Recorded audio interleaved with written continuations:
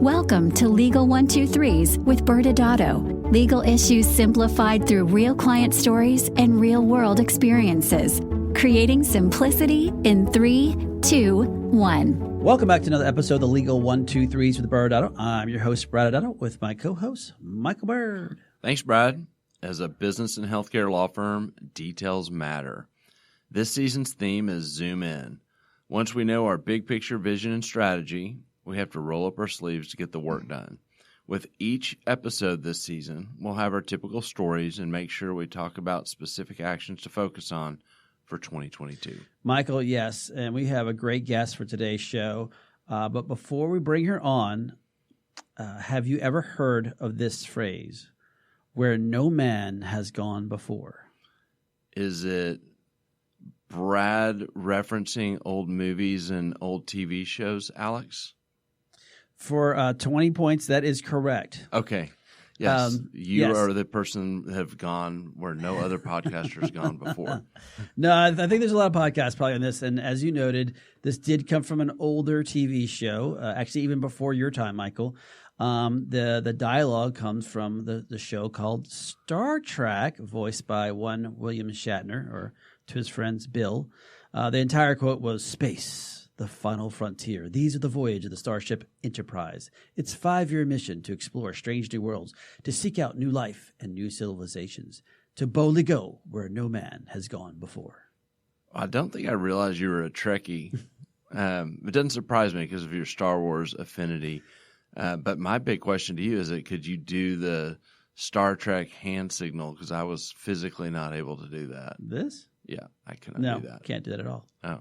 For the record, for the audience who can't see it, I'm perfect doing Spock. I was actually more into Star Wars, but that's a whole other story. But, many of us did grow up with the knowledge that Captain Kirk of the Enterprise was this fictional figure, right?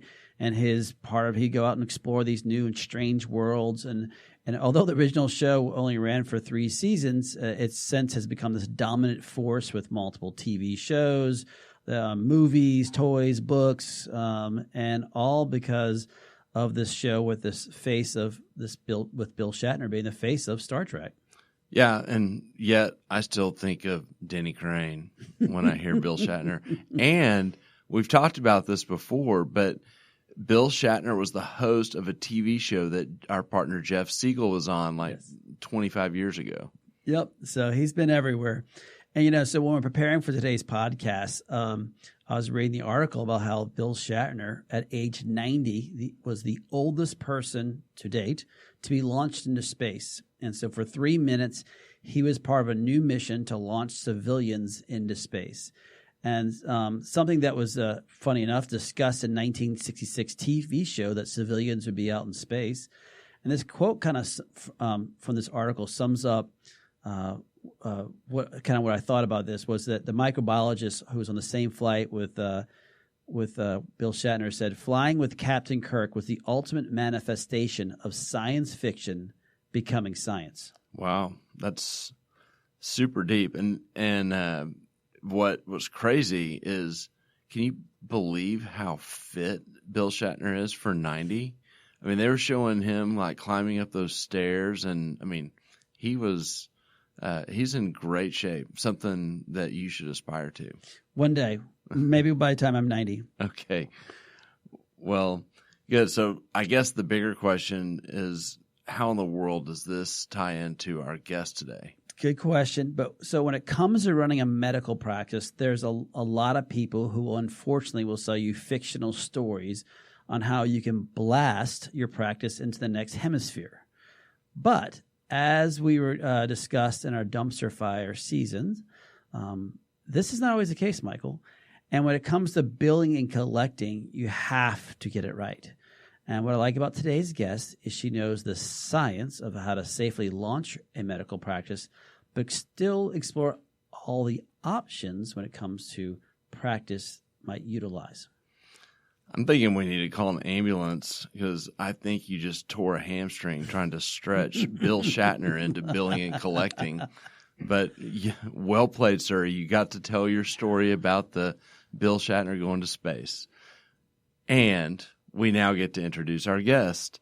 Jamie Vasquez. So Jamie has a BBA from the University of Texas at Dallas. She's a certified professional coder, CEO of Metrics RCM and Strategics Medical Solutions. It was founded in 2018. Jamie sold her prior company, FTGU Medical Billing, back in 2016, and has over 20 years of experience in revenue cycle management, practice management, and consulting. Jamie, welcome. Thank you so much for having me. I'm excited to be here with you today. Well, Jamie, we're going to have a lot of fun today, and we're excited that you could join us. And as Michael mentioned, you successfully started FTG Medical Building Company, and you grew it until it was sold in 2016. What did FTGU stand for? Great question. I started my first revenue cycle management in 2006. So I started it based on a mission to help practices be financially successful from the ground up. And FTGU stands for from the ground up. In my early career, before starting FTGU, I actually worked on the other side of the fence, and I was a practice administrator for about a decade. So I'm unique in that I understand both sides of the fence, but my main goal, my biggest vision, was to bring the same principles to groups on a larger scale. Wow, that's awesome. Well, then kind of dovetailing from that, tell us more about Metrics RCM and Strategics Medical Solutions. Sure.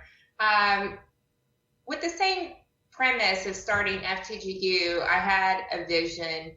I feel like the current trend in healthcare is leaning more towards consolidation in both the provider and the hospital marketplaces.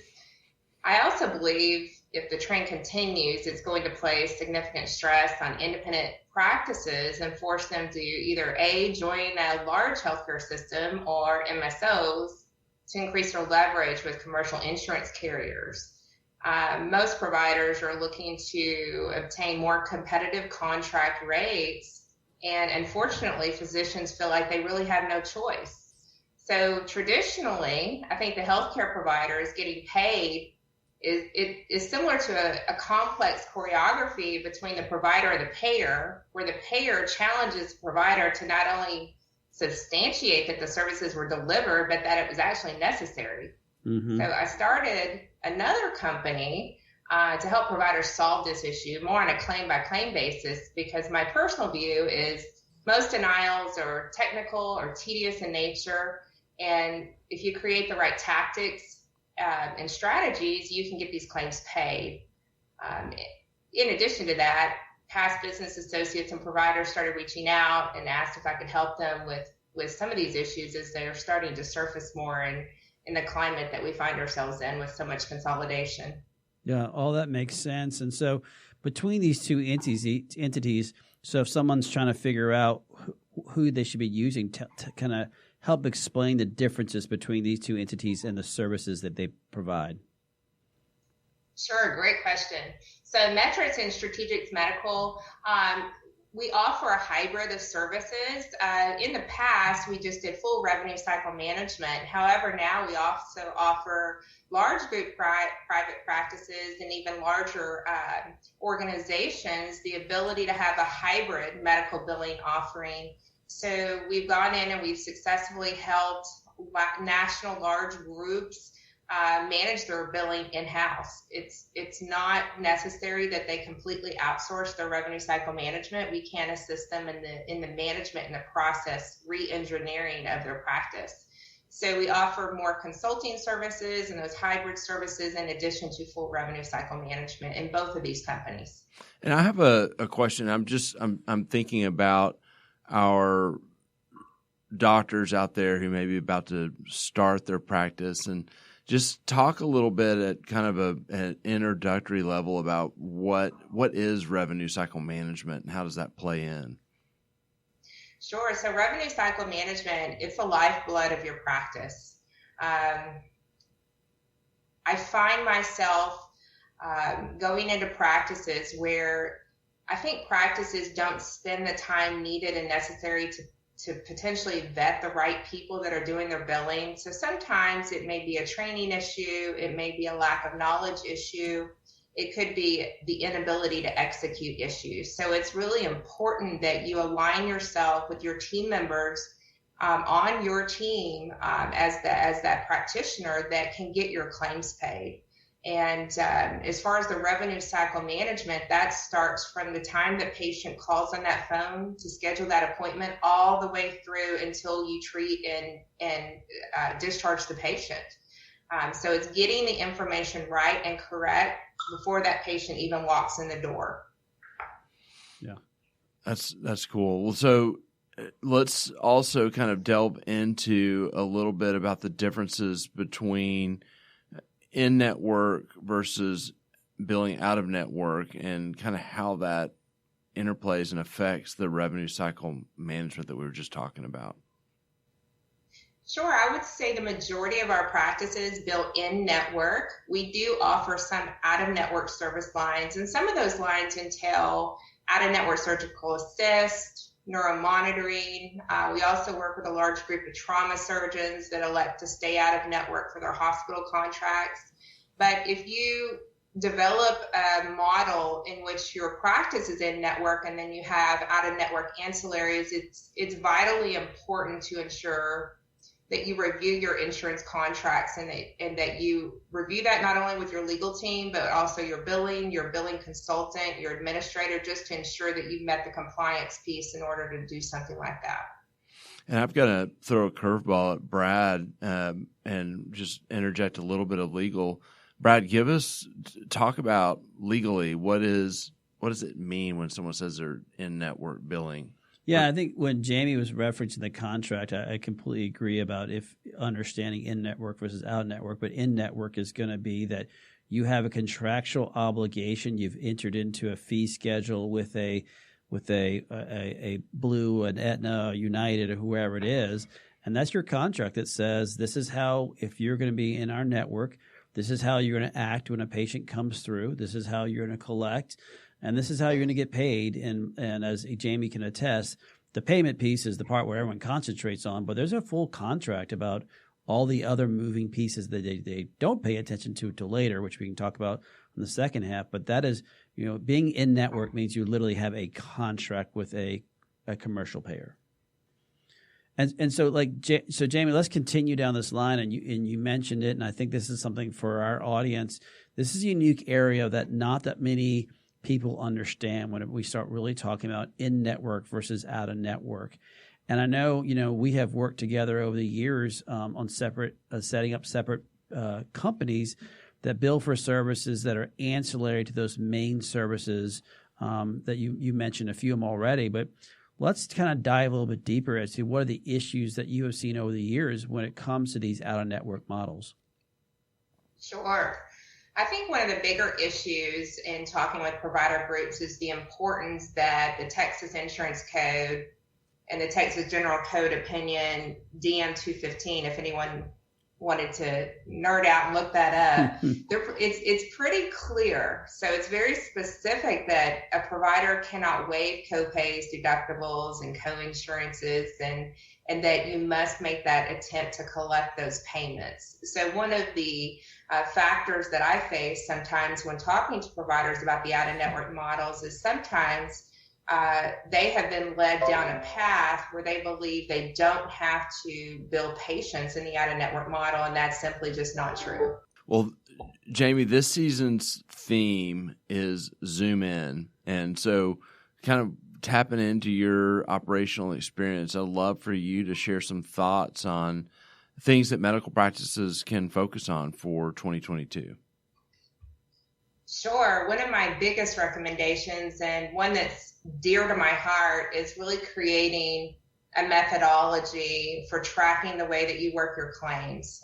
Over the last 15 years, we've developed a proven methodology that allows us to measure and track not only the strategies, but the denial codes, payer trends, the success of every biller in our organization. So one of my biggest recommendations for private practices, especially if you decide and opt to keep your billing in-house, is you need to measure and have measurable data against your denial codes. Why are you not getting paid in your practice? So often I find so many providers that have a huge AR, but they have no idea why.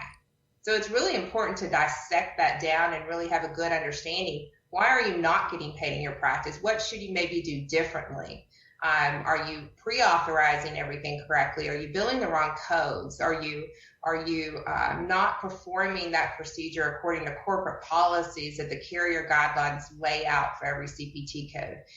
Taking your top CPT codes in your practice and really having a thorough understanding of how each major carrier processes and pays those claims is vital. What I see is that so many providers leave these appeals and these denials on the table. And if you think about it, if you could collect 10% of additional revenue in your practice because you're effectively working your AR and your denials, that could be the difference of you being profitable or not at the end of the year. So one of the most important key factors is you must have a thorough understanding of what exactly your billing department is doing in your billing office besides just doing their job. Yeah, and I agree with you on that. And I think something you said earlier in this podcast is a good takeaway too, is that your ability to work with those providers, either being they're purely being helping them from the outside or going in and helping train their individuals. Can you just, since we're focusing on details here, maybe talk about some of the details where when you show up and you realize, they didn't understand the details, they weren't focused on it because their people were missing certain things. What are the certain things that you see that for a new client, when you're helping them start doing a better job of with their revenue, what are some of the things you've noticed that their team didn't even understand? Great question, Brad. I think one of the biggest things that I uncover is I call reviewing some of the AR reports. I call them write-off months. It tends to happen about 3 times a year. So when I go in and I run analytics about the write-offs and adjustments, about once a quarter, practices will go in and just have a huge amount of what I call a write-off party. Mm-hmm.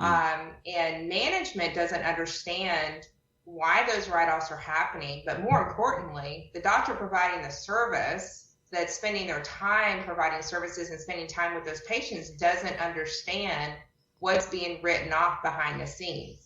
So one of the most important key factors is you need to have a managed control process around write-offs are approved in your practice versus just giving every biller the ability to write off anything whenever they feel like that claim is no longer worth being worked.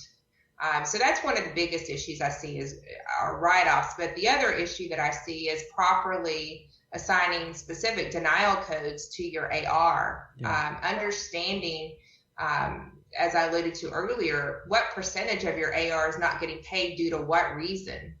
What's the claim volume impact? What is the revenue volume impact? And really focusing on those problems inside your practice based upon reviewing your denials more systematically to break down fixing the problems on the front end so you don't have so many AR problems on the back end. So important. And I know you started that podcast. I was hoping the audience caught on to that, but people don't realize that if they keep doing it over and over again incorrectly, they're never going to get paid paid at the value they perceive the service to be done. So that's what I love how you started. From that moment that patient comes in, they understand the process they have to do. If they believe they're treating them at this level, they need to document that throughout the entire process of spending the time with it. And and I know you've heard this before, Jamie, because I think I've been in a room where a lot of doctors, they just say I just want to show up and practice medicine, and I think they don't realize that billing correctly is part of the process of practicing medicine. Absolutely. And especially with the new year coming around the corner, another suggestion, recommendation would be make sure you have your fee schedule allowables from all the carriers. So more and more patients have such high deductibles. So it's vitally important you collect those amount up front, but collect according to your contracts. Yep. You don't want to end up with a huge refund problem, but you also don't want to end up with a low payment problem because you weren't getting those deductibles at the beginning of the year. We see that happen quite a bit. Totally agree. Well, Jamie, I just want to thank you so much for joining us today. And for the audience, Jamie admitted to us beforehand this was her first podcast, and I think she crushed it, Michael. For sure. Yeah. That was amazing. Well, thank you. I appreciate you guys having me, and thank you for having me on today. Yeah, we're so grateful for you joining us. What we'll do now is we'll break for commercial, and on the other side, Brad and I will discuss our observations from a legal perspective. Thank you. Thank you.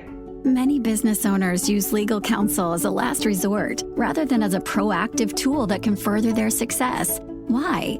For most, it's the fear of unknown legal costs. ByrdAdatto's Access Plus program makes it possible for you to get the ongoing legal assistance you need for one predictable monthly fee. That gives you unlimited phone and email access to the legal team, so you can receive feedback on legal concerns as they arise. Access Plus, a smarter, simpler way to access legal services. Find out more. Visit ByrdAdatto.com today. Welcome back to the Legal 123s with ByrdAdatto. I'm your host, ByrdAdatto. I'm still here with my co-host, Michael Byrd. And now, Michael, we had a great chance just now to kind of catch up with Jamie and some pretty detailed information on billing and collecting. Yeah, and it fits right in with our theme of zooming in. And, Jamie has a unique perspective with her background. And, for our audience that maybe not as familiar with this, I want to pause and just reset why this is so important. And you heard Jamie use the word vital several times.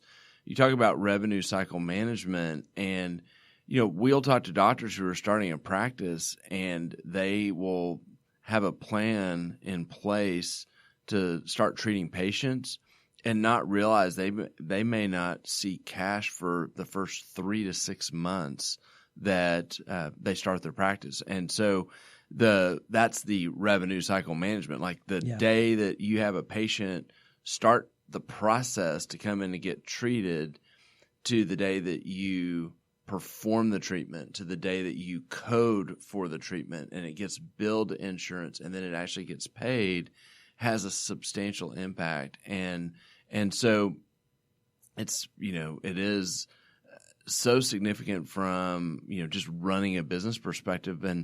But there's other issues that I think you have a lot of experience in on the legal side, Brad, and I'd love to have you kind of jump in. I know you've worked with Jamie on the in-network and out-of-network models, and love to kind of hear an example from you. Yeah, and for the audience who's not familiar with this, this model mostly comes in when we have a surgeons that are contracted in-network with some insurance payer for certain reimbursements, and they're seeking to build some type of ancillary service that's ancillary to their surgery side, but it's going to be an out-of-network. So examples, physician-owned is in-network with their medical practice, but through another facility when they show up, they may have a separately out-of-network entity that shows up with a surgical tech or physician assistant to be a first assist at the facility. So meaning that the doctor shows up and is in-network, but a separate out-of-network shows up as a surgical assist. So what issues do you typically encounter? Well, Jamie hit a couple of them in the beginning of this, but obviously in a model like this, you have traditional laws that you have to be aware of, which is the federal Stark law, the federal anti-kickback law, and of course, states baby Stark and states anti-kickback law. Is it really that obvious, Brad? Well, sorry. Dorking out. Sorry. However, there's a big however. Most of the models that if someone comes and talks to us about this, they're not going to be doing this with your typical program payers, because the federal government with Medicare, Medicaid, or TRICARE, the laws are nearly impossible to meet to have an out-of-network model show up. So this is really focused, if our clients in this space is really focusing on state laws, and understanding how the insurance payers will view it. One of the most common issues I think with this, Michael, that we see is it involves disputes with your contract payers. So again, you asked that question earlier in this podcast so I'm in network. So I have a contract in this model with a potential payer, but I then have a separate entity that either I own or through someone else is out of network. And the payers usually raise issues if the billing for the provider is that same doc is on both sides. Sometimes they're in network, sometimes they're out of network. And this gets very confusing to them as to why they have two separate entities with different numbers, and why the doc is in network sometimes and out of network. And so let me get a little further, and let's get into the details. So typically when you have these dual billing explanations with the in-network and out-of-network, you're going to have a very good explanation as to why they're so different, as to what uniquely is this in-network entity providing, which is different than this out-of-network provider. And so again, if we can't really describe that, and both entities are getting paid, you're going to have pushback from the commercial payers saying that we think this is fraudulent, or we don't understand why you're doing it, and we're either going to not pay your the out-of-network bill and force you to be in-network, or we're so mad at you, we're just going to outright cancel your contract in-network because we just don't like working with you. So what about just out-of-network billing? What's the biggest issue providers face when they're billing out-of-network? There's two major issues, and I think Jamie started kind of talking about both of them, and you actually talked a little bit about it just a second ago, which is number one major issue is and Jamie said there's people out there saying, you don't have a duty to collect if you're out of network from your patients. That's actually incorrect.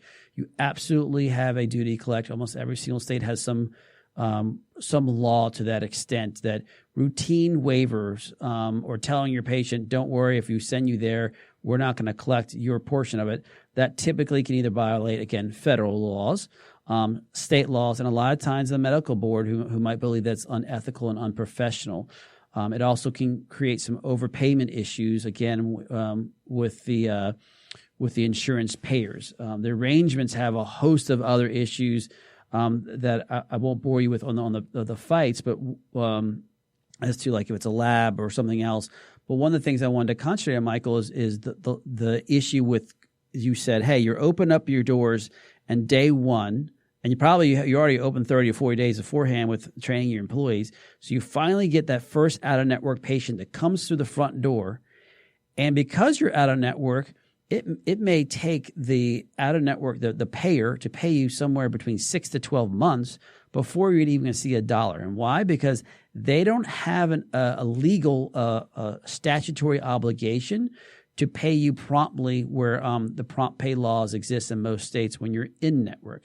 So you better have a great line of credit, because your cash shortage will be very high in the beginning, and eventually, hopefully, it does make up and catch up down the road. Can you give us a quick example? So going back to in-network is out-of-network model, because of the nature of the reimbursements, historically providers will inflate their billing charges, believing that a small reimbursement percentage of over a higher number is better. This creates a potential higher patient responsibility. The amount that the provider now faces as an obligation to collect. So I'll give you an example. So, they're saying this procedure, we're now charging $10,000 for it. The out-of-network says you, the patient, you're responsible for 40% of that. And now the patient's being surprised because all of a sudden they're getting this huge, large bill, either that they are going to try to collect on or they're not going to collect on. And obviously there's consequences both ways. I want to just add a thought on this duty to collect the copay on the out-of-network billing, because I don't think it's intuitive until you actually can relate it to something you've probably experienced. We've all, as patients, probably gotten that bill in the mail when we had something that was out of network and didn't realize it, and it was a massive bill. And so if every patient has that same emotional trigger when that happens, and they call naturally the practice, and the practice is like, well, we really don't even care about that. We're just trying to get paid out of network reimbursements from the insurance company. And so there's this temptation to say, oh, don't worry about it. We don't really need your money. And there's laws that kind of get in the way of that. Yeah. So let's, in the last few minutes they have left, Michael, I'm going to jump in and zoom in as some of the, we've talked about a lot of details in this episode anyway, but for those who are interested in understanding about the out-of-network model, of course, we talked about it already, you have a duty to collect in the out-of-network model. So it's a very important perspective. But, and people are, what do you mean by duty to collect? Well, you might have to make a reasonable attempt to collect. I don't know. There's no state that's defined reasonable. But you can't be telling a patient, don't worry, I'm never going to try to collect from you. That's wrong. And the second thing is because, as you just mentioned, this surprise that you got and that you were surprised that you were even out on network, a lot of states have been passing over the years something, basically a surprise billing laws that says that if you do get the surprise bill, you're allowed to negotiate with the provider via a mediation. And then the federal government recently passed that No Surprise Act law, which basically is there to protect the patient, that when the provider or the system is fighting with your healthcare plan, you, the patient, you get to sit on the sideline while they negotiate back and forth as to how much they're going to eventually pay. And then after that, you still have to pay a percentage of that. So they being the provider can no longer drag you into the middle of the fight where you're mad at the healthcare plan for not paying it. So that's kind of a lot of details in this episode, but it is this theme is zooming in. Michael, what are some of your final thoughts or takeaways today? Well, I think more than anything, it's paying attention to and understanding the importance of revenue cycle management. And we started this episode talking about, Bill Shatner, 90 years old, going to outer space. And that's awesome. Yes. Not if that's your cycle for revenue collection. You don't want to wait 90 years to collect. So this is one where you want to do a little bit tighter and faster than Captain Kirk. Absolutely. Well, next Wednesday we have a show that's Don't Play with Fire with Dr. Dominique Nixon. Thanks again for joining us today. And remember, if you like this episode, please subscribe, make sure to give us a 5-star rating, and share with your friends. You can also sign up for the ByrdAdatto newsletter by going to our website at ByrdAdatto.com. ByrdAdatto is providing this podcast as a public service. This podcast is for educational purposes only. This podcast does not constitute legal advice, nor does it establish an attorney-client relationship. Reference to any specific product or entity does not constitute an endorsement or recommendation by ByrdAdatto. The views expressed by guests are their own, and their appearance on the program does not imply an endorsement of them or any entity they represent. Please consult with an attorney on your legal issues.